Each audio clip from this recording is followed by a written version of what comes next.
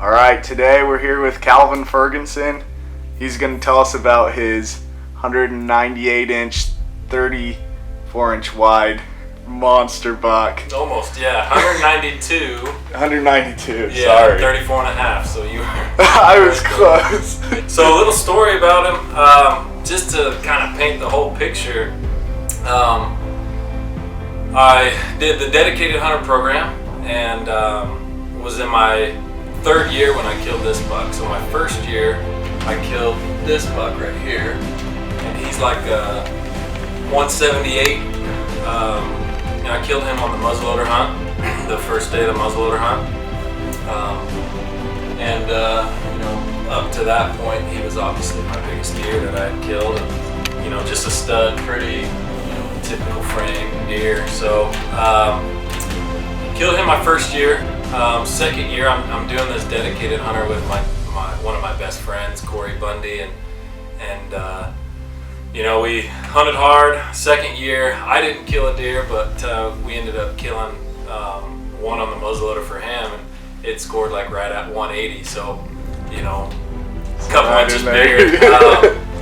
And so this third year, we both knew that we'd get a tag and we'd have a chance to kill a deer, and Corey ended up solo hiking in to a spot where we had this deer kind of patterned and known about since the summer. We found him in July.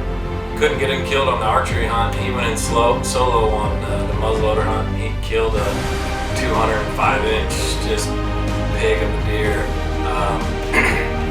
this past year. And so, me being the competitive person I am, I was like, okay, he killed another monster.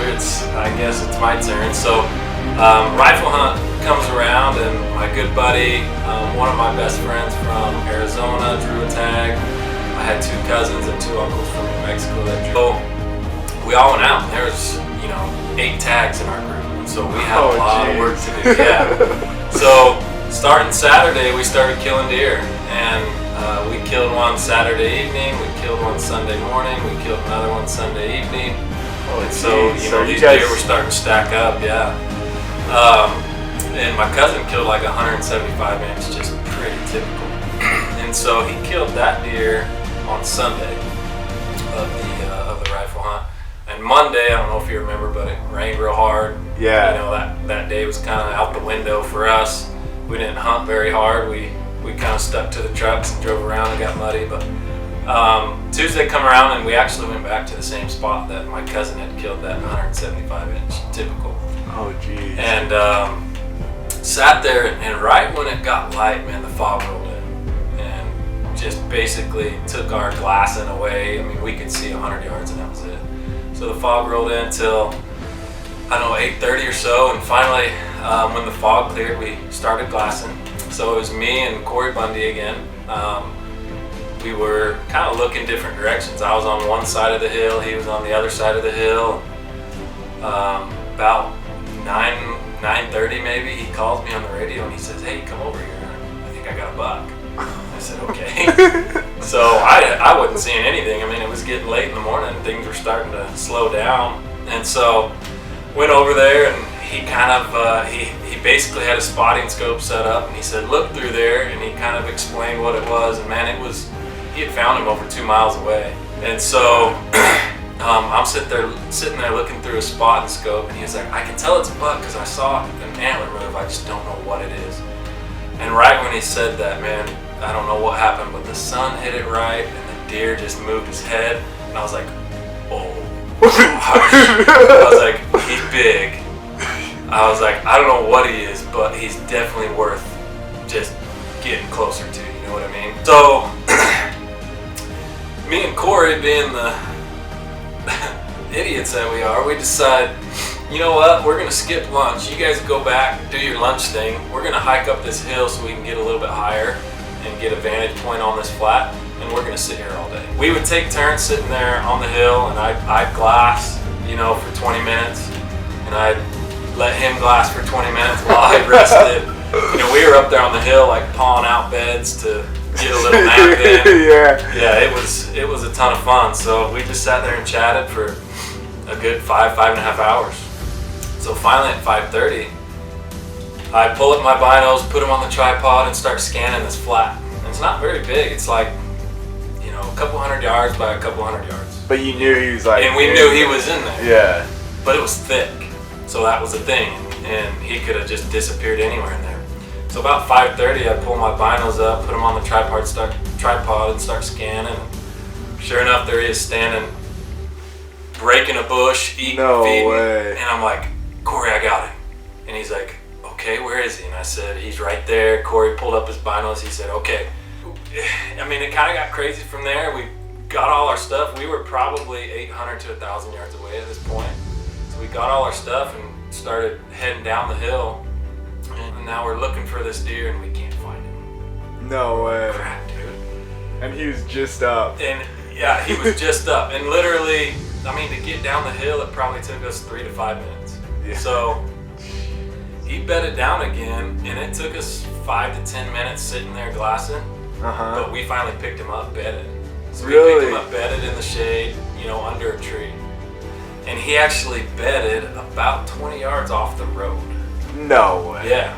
So he was bedded. Oh my He was bedded 20 yards off the road. And, you're kidding. And there had been four-wheelers and side-by-sides and trucks driving up the road all day. What would he do when like a car drove by? So yeah, it was interesting because this buck right here, I mean, he was laying there 20 yards off the road, and a four-wheeler would come up the road, and he would lay his head down. No. Yeah, and just lay there. And the four-wheeler would pass, and he'd pull his head back up. And so nobody could see him. You know what I mean? He was just smart. That's like something you see like on the movies or something. Yeah, I mean, it just doesn't happen. So, very interesting.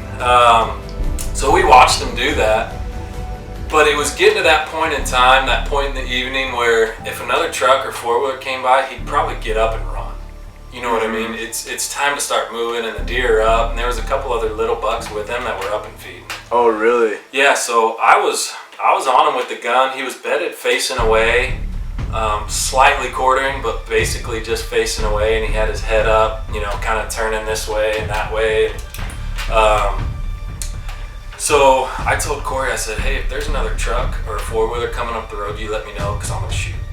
So sure enough, a couple minutes after I told Corey, I said, watch out for four-wheelers, whatever, a four-wheeler come up the road. No way. And it's prime time, he's looking for something to shoot, that kind of thing. Yeah. So I'm like, okay, I'm going to shoot. And, I felt good about everything. Squoze went off. Recoil went off. When I came back in the scope, I saw the deer running off. I'm like, crap, dude, I missed. And Corey instantly goes, dude, you hit him in the face. And I said, what? And he said, yeah, you hit him in the face. He blew his jaw off. And so the deer actually ran about 20 yards and stopped. And you could see he was just kind of like bleeding real good. Like, what? Like really struggling. And it took me a minute to readjust the rifle and get on him again. But, after that first shot, it got western real quick. And I was just trying to get the deer down because the dude on the four-wheeler was coming up. Oh, yeah. And he actually came up to where I didn't even feel comfortable shooting because he was close enough. Because the deer wasn't 20 yards off the road, you know what I mean? Yeah. And so this guy was coming up on the four-wheeler and actually got off his four-wheeler, stood on the seat, and was looking out in the flat where we were shooting. So he was looking to shoot this deer. And I was like, that ain't happening. Yeah. So I did shoot a couple more times, and one of the times I put a bullet right here, right at the base of his head. I don't know if you can see that. Yeah. So there's a hole right in the front, and it almost blew the whole dang thing off. Oh, whoa. So the backside of me is just kind of barely hanging on there. But yeah, it took me a couple more shots. Finally, we put him down, and the circus ended, and we ran down the hill, and literally he died 15 yards off the road. And obviously it's a deer you walk up on, and you're just kind of, starstruck almost. Oh, just, yeah. I mean, the width and the mash right here, and the inlines, and Yeah, turn it a little bit so I can see the mass on the sides. Yeah. So yeah, I mean, he's webbed out real good right here. His left side is definitely a strong side. That's awesome. But just a cool buck.